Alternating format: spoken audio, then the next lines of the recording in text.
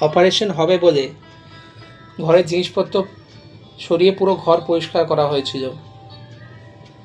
বিকেল নাগাদ কয়েকজন পরিচিত তাকে দেখতে এলেও রবীন্দ্রনাথ কারোর সঙ্গে কথা বলতে পারলেন না। এরপর 26শে জুলাই। সেদিন সকালটা বেশ আনন্দে কাটল রবীন্দ্রনাথের। 80 বছরের কাকার সঙ্গে তার 70 বছর বয়সী ভাইপো অবনীন্দ্রনাথ ঠাকুর দেখা করতে এলেন। কাকার ভাইপো মেতে উঠলেন ছোটবেলার নানা গল্পে। বিকেল 4:30টার দিকে রবীন্দ্রনাথকে গ্লুকোজ ইঞ্জেকশন দেওয়া হলো। ব্যথা অনুভব করে তিনি বললেন, তিতিয়া গেল সব জ্বলিয়া।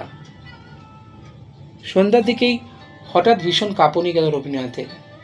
8 ঘন্টা পর ঘুমিয়ে গেলেন তিনি। 27শে জুলাই।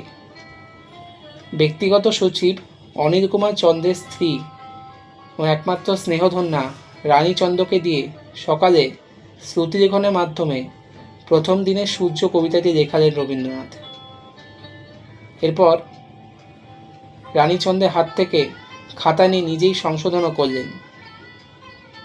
রসিকতাও বাদ গেল না। উপস্থিত সবার উদ্দেশ্যে বলেছিলেন, ডাক্তাররা বড় বিপদে পড়েছে, কতভাবে রক্ত নিচ্ছে, রক্ত পরীক্ষা করছে, কিন্তু কোনো রোগই পাচ্ছে না। তাতে রোগই আছে, রোগ নেই।